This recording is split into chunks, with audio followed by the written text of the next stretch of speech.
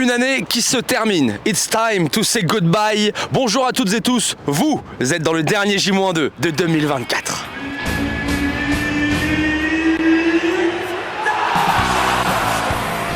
Merci pour cette grande première. Encore un match pour cette année 2024 et un déplacement donc en 32e de finale de la Coupe de France face au stade Briochin. Ce sera ce samedi. Ils seront plus de 200 Ciel et Marine à faire le déplacement. Nous, on va retrouver tout de suite le coach, bien sûr, Didier Digard et Yanis Zouaoui qui sont en conférence de presse. Extrait. Sur la semaine, ils ont montré qu'ils étaient concernés et plein de bonne volonté pour ce match. Ils n'ont pas montré de signes ou l'état d'esprit de penser aux vacances ou quoi que ce soit. Donc on l'aborde assez confiant, même si forcément la passe actuelle en championnat fait que c'est un petit peu compliqué. Mais sur l'investissement au quotidien, je les sens très bien. Il y a des parcours différents dans la vie. Je me dis que oui, on va dire que j'aurais aimé connaître un peu plus jeune la Ligue 1, mais il n'y a rien qui est fait au hasard dans la vie. Donc s'il fallait que je passe par tout ce que je suis passé pour arriver là, ben, je prends et aujourd'hui je suis là et je suis très content. On passe à votre stade du jour dans ce J-2 et votre stade du jour c'est 1978-1979. C'est le dernier affrontement en match officiel pour nos Ciel et Marines face au stade Briochin et à l'époque le HAC était en Détroit. Nous, on enchaîne dans J-2. C'est l'heure de votre dernier moment de football plaisir de cette année 2024 et il vous est offert par un revenant. Élisée Logbo is back. Il a retrouvé le chemin défilé avec la réserve face à Avranches le week-end dernier sur un penalty. Le Bézo est de retour et c'est votre moment football plaisir.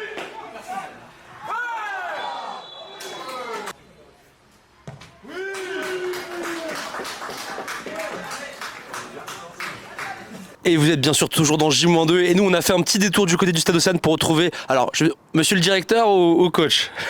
C'est pareil, on peut jouer sur les deux, mais on est avant tout dans le cœur, avant tout entraîneur. Voilà, bon, monsieur Jair Karam, donc directeur du centre de formation et également entraîneur de la réserve. Jair, avant de parler de ce bilan de cette première partie de saison, retour sur l'actualité du moment et c'est malheureusement cette élimination très précoce en Coupe Gambardella sur la pelouse du Racing. Les garçons ont montré un beau mental parce qu'ils sont revenus dans les dernières secondes pour égaliser. Malheureusement, la séance de tir au but a été fatale à vos joueurs. Ouais, c'est la magie de la Coupe. Aujourd'hui, on a montré encore qu'on a beaucoup de travail. On a manqué de valeur en termes de combativité, parce que c'est un match très particulier. Et vous savez très bien que la Coupe, c'est généralement les équipes qui ont le plus envie qui passent. Donc voilà, il nous a manqué ces valeurs-là. Maintenant, c'est à nous encore à continuer à réfléchir, à voir ce qu'on peut mettre en place pour faire en sorte que, parce que ça fait longtemps que le club n'a pas réussi à renouer la magie avec la Gambardella. Donc voilà, c'est encore à nous à réfléchir, pour pouvoir faire en sorte que sur les prochaines éditions, en tout cas très vite l'année prochaine, on retrouve cette compétition avec beaucoup plus d'ambition. Ton bilan sur cette première partie de saison, on a vu les 19 féminines qui étaient tout proches de se qualifier pour les playoffs. Ça se passe plutôt bien en U17 et en U19. Et puis pour la R1, une belle 4e place, pas loin du top 3, avec, on l'a vu, un Élisée Logbo qui était de retour, le Bézo, et qui a marqué lors du dernier match en retard face à Avranches. Oui, alors sur le parcours féminin, c'est mon acolyte Romain qui fera le bilan. En tout cas, sur les garçons, les 17 font un très bon début de championnat. Au-delà de ce début de championnat, les garçons progressent. Et sur la catégorie des 19, il faudra qu'on resserre encore un peu plus parce qu'aujourd'hui, on est dans une phase un petit peu difficile, mais ça fait aussi partie de l'apprentissage. Donc il faudra rapidement qu'on sorte de cette zone un peu de turbulence, mais on va travailler pour.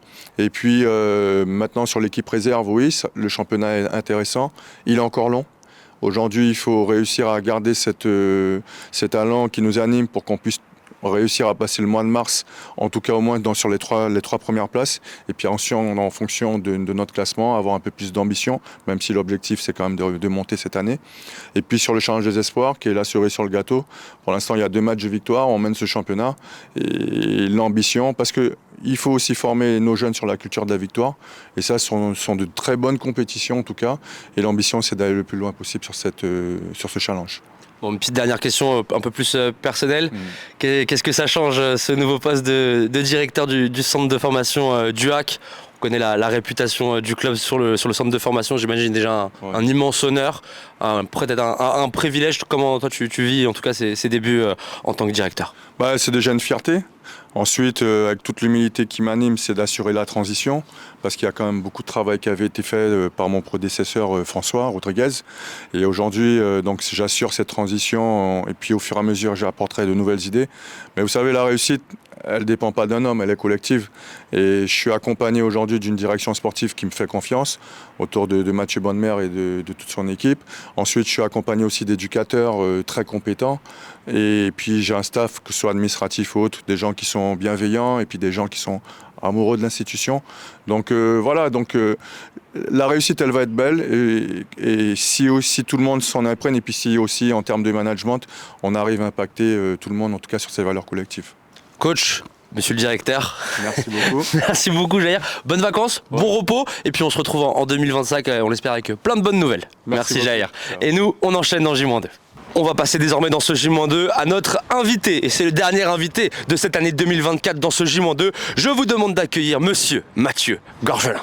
L'entraînement vient de se terminer, bien sûr. Vous êtes dans J-2 et le soleil est apparu avec Mathieu Gorgelin ici à Secance. Bon Mathieu, avant de parler de ce match de Coupe de France, on va revenir sur ce qui s'est passé le week-end dernier avec cette défaite à la maison. Comment le groupe a travaillé cette semaine? Il faut se remettre la tête à l'endroit comme à chaque fois. C'est une période compliquée, on essaie de trouver des solutions entre nous, on essaie de repartir. Le positif, c'est que ça repart quand même bien toutes les semaines, on fait des bonnes semaines de travail. Pour le moment ça paye pas, mais il faut surtout pas lâcher, quoi. Bon, il faudra aussi terminer sur une note positive 2024 avec un 32e de finale de Coupe de France qui arrive et ce déplacement samedi du côté du stade Briochin. Tu les connais, ces premiers tours de Coupe de France, c'est toujours un peu spécial. Ouais, je les connais, ça a pu me sourire, et comme ça a pu ne vraiment pas me sourire par le passé, surtout contre des équipes de nationales, M2, M3, où c'est toujours des conditions un peu particulières, des terrains qu'on ne connaît pas, des ambiances qu'on a moins l'habitude. Enfin, c'est une équipe qui va tout donner, quoi. Donc, ce serait bien de se servir de ce match pour malgré tout finir sur une note positive, retrouver le plaisir, juste le goût de la victoire, quoi. Et puis pouvoir passer des fêtes un peu plus tranquilles et bien préparer la fin de la première partie du championnat en janvier, quoi. Bon, qu'est-ce qu'on peut vous souhaiter pour 2025 ? Avant toute chose, le maintien, hein. C'est quand même la chose la plus importante. Et puis après, si on peut faire un petit parcours en coupe, on va pas se priver non plus. Mais d'abord, ça va être le maintien et puis prendre toutes les opportunités qu'on peut prendre pour reprendre des points. Monsieur Gorgelin, merci beaucoup. Il est l'heure de clôturer ce J-2 et vous connaissez forcément la musique. It's time pour votre week-end ciel et marine, avec donc un seul match au programme ce week-end, avec le déplacement de vos ciel et marines face au stade Briochin en 32e de finale de la Coupe de France. Moi, je vous souhaite à tous un très très bon week-end, mais surtout, je vous remercie d'avoir suivi le J-2 sur cette année 2024. Je vous souhaite à tous une très très bonne année, mais surtout une très bonne année 2025 en ciel et marine.